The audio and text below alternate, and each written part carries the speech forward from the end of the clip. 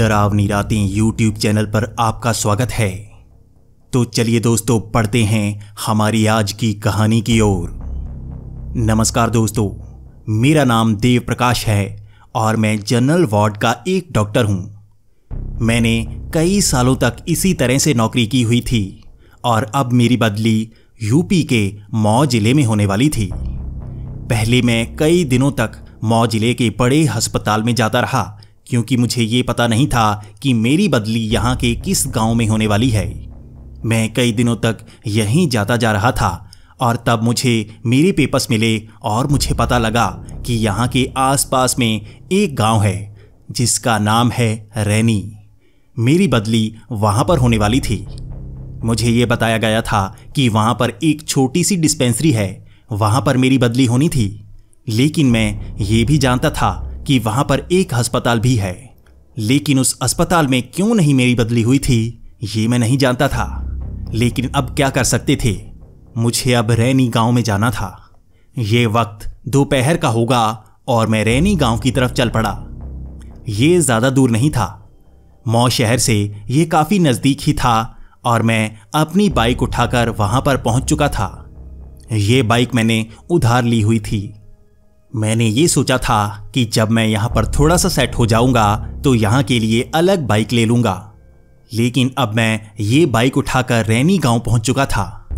जब मैं यहाँ पहुँचा तो मुझे पता लगा कि ये गांव काफ़ी पिछड़ा हुआ है और मुझे अपनी डिस्पेंसरी का रास्ता नहीं मिल रहा था। मुझे गांव में कई चक्कर लगाने पड़ गए थे और मैं किसी से पूछना नहीं चाहता था। दोपहर को काफ़ी धूप थी, इसी कारण लोग बाहर नहीं निकले हुए थे और मैं जिस रोड से जा रहा था वहाँ पर तो सच में कोई नज़र नहीं आ रहा था। मैं जब वहाँ पर एक बिल्डिंग के पास से गुजरा तब मुझे पता लगा कि वो तो यहाँ का सरकारी अस्पताल है, लेकिन मैं उससे आगे निकल गया। मुझे उस अस्पताल से कई चीखों की आवाज़ें आ रही थी। मैं उसे नज़रअंदाज करके आगे निकल गया क्योंकि मुझे लगा कि वहाँ पर बहुत ज़्यादा भीड़ होगी। लेकिन अब मैं आगे आ गया था। आगे मुझे थोड़ा पूछना ही पड़ा और मुझे पता लगा कि वहाँ पर डिस्पेंसरी बहुत पास में है। अब मैं डिस्पेंसरी पहुँच चुका था। ये काफ़ी खस्ता हाल डिस्पेंसरी थी और मुझे अब सफाई का काम करना था। मुझे आधा दिन लग गया वहाँ पर सफाई करने में। मैं सोच रहा था कि रात के वक्त मैं दोबारा मऊ चला जाऊँगा। मैंने मऊ में एक कमरा किराए पर लिया हुआ था और मैं वहीं पर रह रहा था। अब ये वक्त रात के 9 बजे का होगा और मैं सफाई करने के बाद सीधा अपने घर की तरफ निकल पड़ा। अब मैं फिर से उस सरकारी अस्पताल के सामने से गुजर रहा था और मैंने सुना कि अंदर से फिर से आवाज़ें आ रही हैं। ये लगभग 100 से ज़्यादा लोगों की आवाज़ें होंगी।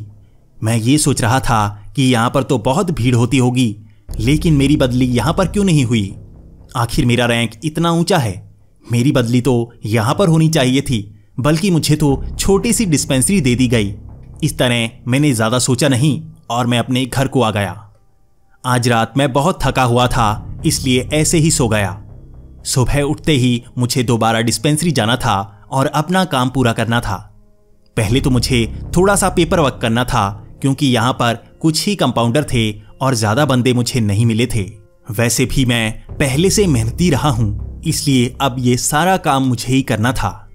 मैं बहुत जल्दी ही उस डिस्पेंसरी में पहुंच गया और वहां की सफाई भी करने लगा और पेपर वर्क करने लगा।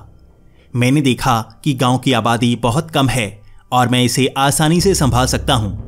मेरे पास 2 कंपाउंडर थे और वो थोड़ा कम जानते थे। अब मुझे उन्हें भी सिखाना था।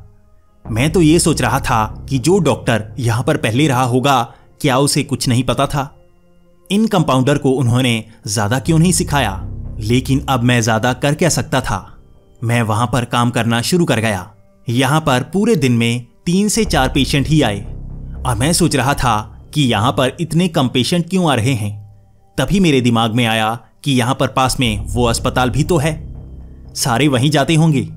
आखिर एक छोटी सी डिस्पेंसरी में क्यों लोग आएंगे? यही सोचकर मैं परेशान हो रहा था। मैं सोच रहा था कि ये डिस्पेंसरी यहाँ पर क्यों है, क्यों वहाँ अस्पताल में लोग नहीं जाते? मैं यही सवाल अब एक कंपाउंडर से पूछ रहा था। मैंने उससे कहा कि आखिर उस अस्पताल के होते हुए भी इस डिस्पेंसरी में मुझे क्यों लगाया गया है? तो उस कंपाउंडर ने कहा कि वहां पर कोई नहीं आता। आप भी वहां नहीं गए, अच्छा है आपके लिए। आप उसकी बात मत किया कीजिए, यहां पर कोई उस अस्पताल का नाम नहीं लेता। उसकी ये बात सुनकर मैं अब उससे ज्यादा बात नहीं करना चाहता था। मैं ये सोच रहा था कि कैसे पिछड़े हुए लोग हैं, ऐसे नाम लेने से भी डरते हैं। मैं ये सोच रहा था कि ये काफी ज्यादा वहमी होंगे, शायद ये इसी तरह से वहम करते होंगे, तो मैं उससे ज्यादा बात नहीं करता। पूरा दिन मेरा ऐसे ही निकल गया। अब शाम का वक्त हो गया था, अब कोई पेशेंट नहीं आने वाला था, तो मैंने सोचा कि यहां पर फाइलिंग का काम कर लूं, यहां पर अच्छा सा बना लूं। तो मैंने एक कंपाउंडर को कहा कि यहां पर हमें किताबें सही तरह से रखनी होंगी, जितनी भी फाइल्स हैं उन्हें एक तरफ रख देंगे और बाकी किताबें जो डॉक्टरी की हैं वो एक तरफ रख देंगे, पीछे दवाइयों का एक अलग कमरा बना देंगे। इस तरह से हम काम कर रहे थे। वो कंपाउंडर उसी गांव के थे, इसलिए वो यहां पर रुक सकते थे। हम रात के 9 बजे तक काम करते रहे। 9 बजे के बाद वो चले गए और मैंने भी डिस्पेंसरी को लॉक लगाया और मैं अपने घर की तरफ निकल पड़ा। मैं अब बहुत ज्यादा थक गया था और ये सोच रहा था कि हमने सारा काम पूरा कर लिया है, अब दोबारा यहां पर इतनी देर तक मुझे रुकने की कोई जरूरत नहीं है और मैं 5 बजे ही निकल लिया करूंगा। मैं फिर से उस अस्पताल के सामने से गुजर रहा था। मैंने देखा कि वहां पर काफी भीड़ होगी। अंदर से बहुत ज्यादा आवाजें आ रही थी, लेकिन मुझे किसी तरफ भी कोई लाइट नजर नहीं आ रही थी। तो मैंने सोचा कि पहले अंदर जाकर देखकर आता हूं। बाहर से तो ये काफी टूटा हुआ लग रहा है, लेकिन अंदर से ये काफी अच्छा होगा। और वैसे भी मैं ये चेक तो कर लूंगा कि ये है कैसा। मैंने बाइक एक तरफ लगाई और मैं चलकर उसके अंदर जाने लगा। मैंने जैसे ही उसका दरवाजा खोला तो मुझे अंदर थोड़ी सी रोशनी नजर आई। ये एक कमरे से आ रही थी और जैसे पूरा अस्पताल खाली हो। यहां पर तो मुझे कोई नजर नहीं आ रहा था और वहां पर जिस कमरे से लाइट चल रही थी वो काफी पीछे जाकर था। मैं धीरे धीरे चलते हुए आगे बढ़ रहा था और मुझे अंदर से काफी आवाजें सुनाई दे रही थी।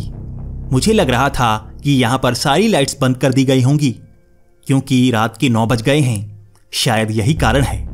पक्का ही उस कमरे में डॉक्टर बैठे होंगे और उसके साथ नर्स भी होंगी। शायद यहीं पर सब होंगे। मैं चलकर धीरे धीरे उस तरफ बढ़ता जा रहा था और मैं साथ वाले कई कमरों से कई तरह की आवाजें सुन रहा था। कई तो कराह रहे थे और कहीं जैसे कई लोगों की भीड़ बात कर रही हो। कहीं पर लड़ाई की आवाजें आ रही थी। वो लड़ाई की आवाजें सुनकर मैं जल्दी से उस कमरे की तरफ बढ़ गया। जैसे ही मैं उस कमरे में पहुंचा तो मुझे वहां पर कई लोग नजर आए। उन लोगों ने जैसे डॉक्टर को घेरा हुआ था। वो डॉक्टर को गालियां निकाल रहे थे। मैंने देखा कि ये क्या कर रहे हैं, तो मैं सोच रहा था उनकी लड़ाई मैं रोक सकता हूं। यहां पर और कोई नजर नहीं आ रहा था जो डॉक्टर को बचा सके। वहां पर कोई नर्स नहीं थी। डॉक्टर अकेला था और नीचे बैठा अपनी सफाई दे रहा था।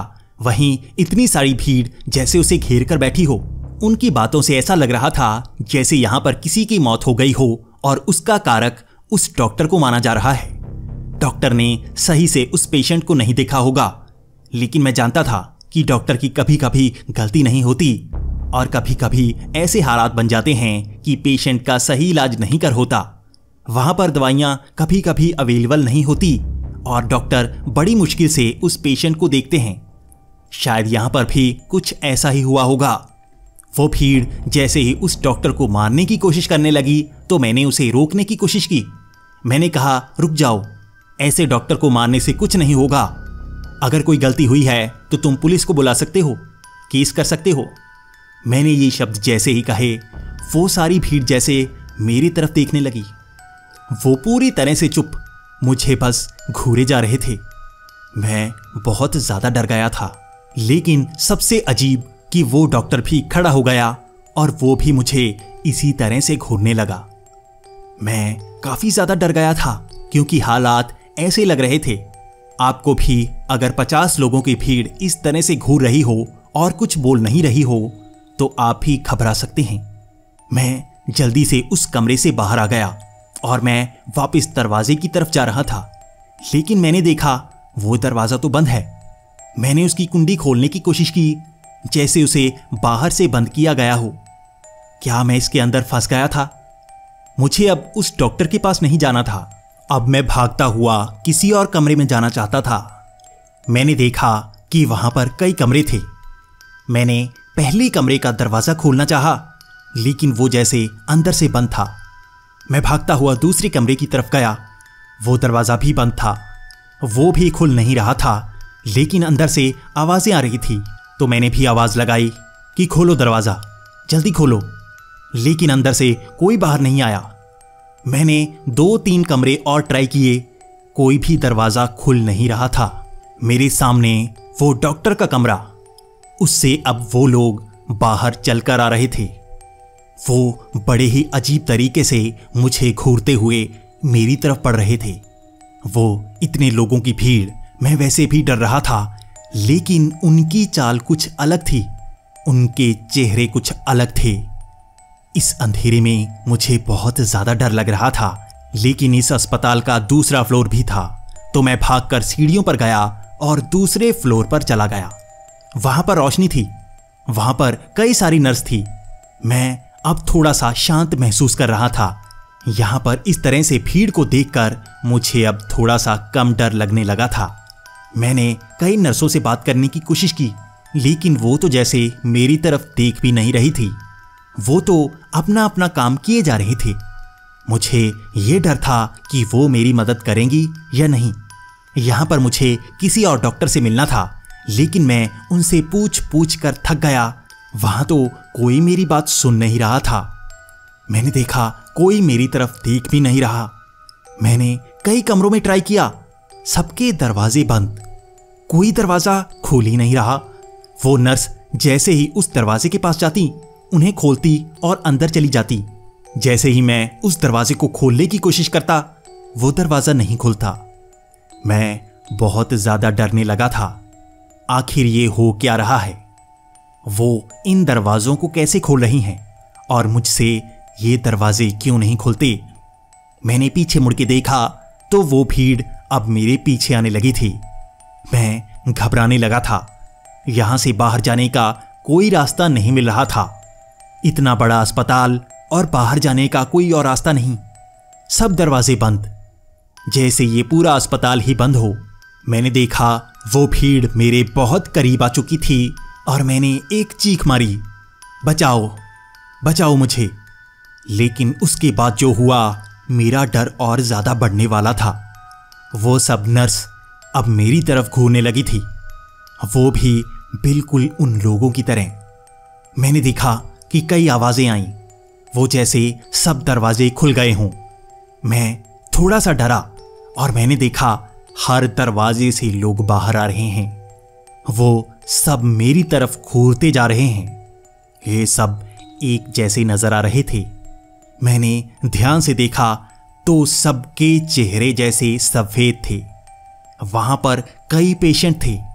कई पेशेंट व्हीलचेयर पर थे और कई पेशेंट को ग्लूकोज का पाइप लगा हुआ था। वो तो जैसे उनको छुड़ाकर मेरे पीछे आ रहे थे। वो चलकर जैसे मुझे घेरते जा रहे थे। मैं बहुत ज्यादा डरने लगा था और उनके चेहरे भी जैसे सफेद सड़े हुए थे, उनमें जैसे खून हो ही ना। ये बहुत ही डराने वाली बात थी। मैं बहुत ज्यादा डरा हुआ इधर उधर भाग रहा था, लेकिन अब जगह कम पड़ने लगी थी। वो इतने ज्यादा थे कि मेरे पास कोई जगह नहीं थी। यहां से मैं बाहर कैसे निकल सकता हूं? यहां से मैं बाहर किस तरफ जा सकता हूं? ये सवाल मेरे दिमाग में घूम रहे थे। वहां से बाहर निकलने का जैसे कोई रास्ता नहीं था। वहां पर एक सीढ़ियां थी जो नीचे नहीं बल्कि ऊपर जा रही थी। ये अस्पताल की छत थी। मैंने सोचा कि छत पर जाकर वहां से बाहर निकलने का कोई तो रास्ता होगा। मैं भागता हुआ छत पर चला गया। छत पर कई सारी पानी की टंकियां थीं जो काफी टूटी हुई लग रही थी। वहां पर जंग लगी हुई कई सारी पाइप पड़ी थी, कई सारे सरिये पड़े थे और वहां से मैं इधर उधर देख रहा था। किसी पाइप से लटक कर मैं नीचे आ सकता हूं? क्या किसी तरह से यहां से मैं बाहर जा सकता हूं? मेरे सवाल मेरे दिमाग को खाए जा रहे थे और मैंने देखा उन सीढ़ियों को चढ़कर वो पूरी भीड़ अब अस्पताल के ऊपर आ चुकी है। वो संख्या में बहुत ज्यादा थे। शायद 100 से भी ज्यादा। इतने लोगों की भीड़ इस तरह से अजीब धीरे धीरे चलते हुए, उनके चेहरे सड़े हुए, वो तो जैसे बहुत अजीब थे। कई लोगों के जैसे सर से खून टपकना शुरू हो गया था। कई लोगों की आंखें बहुत ही काली सी नजर आ रही थी। मैं डर चुका था। मुझे पता था ये जिंदा इंसान नहीं हो सकते। ऐसी आंखें, ऐसा शरीर, ऐसे चेहरे। मैं बहुत डरा हुआ था। वहां पर व्हील चेयर वाले वो कई लोग जैसे नीचे से घिसट कर आ रहे थे। उनके घुटनों से खून निकल रहा था, लेकिन उनके शरीर काफी अजीब और अलग। मैं डरा हुआ एक कोने में खड़ा था और वो भीड़ ने मुझे चारों तरफ से घेर लिया था। मुझे नहीं पता कि वो मेरे साथ क्या करने वाले थे, लेकिन मेरे दिमाग में यही था कि वो मुझे बहुत बुरी तरह से मारने वाले थे। इस तरह से डरे हुए इंसान में एक शक्ति सी आ जाती है। मैं वहां से कूद सकता था, दूसरी मंजिल के ऊपर से। मेरी हिम्मत बंध गई थी और मैंने वहां से छलांग लगा दी। मैं उनके हाथों मरना नहीं चाहता था, लेकिन 2 मंजिल से गिरने के बाद मुझे नहीं पता कि क्या हुआ। जब मेरी आंख खुली तो मैं मऊ जिले के उसी अस्पताल में था। वहां पर मेरे आसपास कई लोग थे। मेरे हाथ और टांगों पर पट्टियां बांधी गई थी और मैं हिल नहीं पा रहा था। वहां पर मेरे आसपास शायद गांव वाले थे और आसपास मैंने कई डॉक्टर्स को देखा। वो डॉक्टर मेरी तरफ देख रहे थे। मैंने उनसे यही सवाल पूछा कि क्या हुआ, आखिर मैं यहां पर कैसे पहुंचा। तो उसके बाद उन डॉक्टर्स ने कुछ नहीं कहा, बल्कि वो गांव वाले बोलने लगे। उन्होंने कहा कि मुझे उस अस्पताल के बाहर से यहां पर ले जाया गया। तो मेरा सवाल यही था, आखिर वो अस्पताल कैसा है। मुझे वहां पर बहुत अजीब लोग लगे थे। मैंने वहां से छलांग लगा दी थी। वो मुझे मारना चाहते थे। उसके बाद उन गांव वालों ने मुझे जो बताया वो मेरे लिए बहुत ही डरावनी बात थी।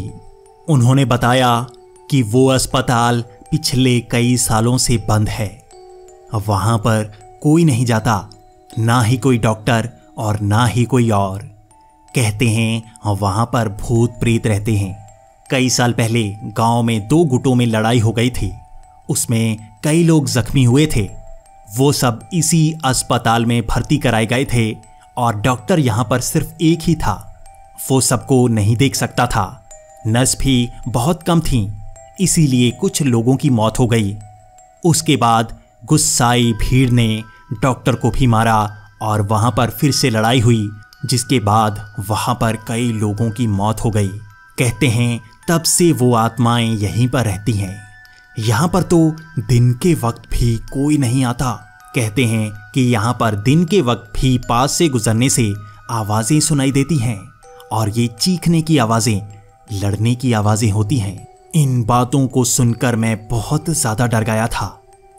मुझे अब ये एहसास हो गया था कि जो भीड़ मेरे पीछे आ रही थी वो जिंदा लोगों की भीड़ नहीं थी, बल्कि वो मरे हुए लोगों की भीड़ थी। मुझे इस बात की खुशी थी कि मैं जिंदा बच गया था। मुझे नहीं पता अगर वो भीड़ मुझे पकड़ लेती तो मेरे साथ क्या करती। अगर वो मुझे मार भी देते तो क्या मेरी आत्मा वहां से निकल पाती, या मैं भी हमेशा के लिए उस अस्पताल में ही फंसा रह जाता।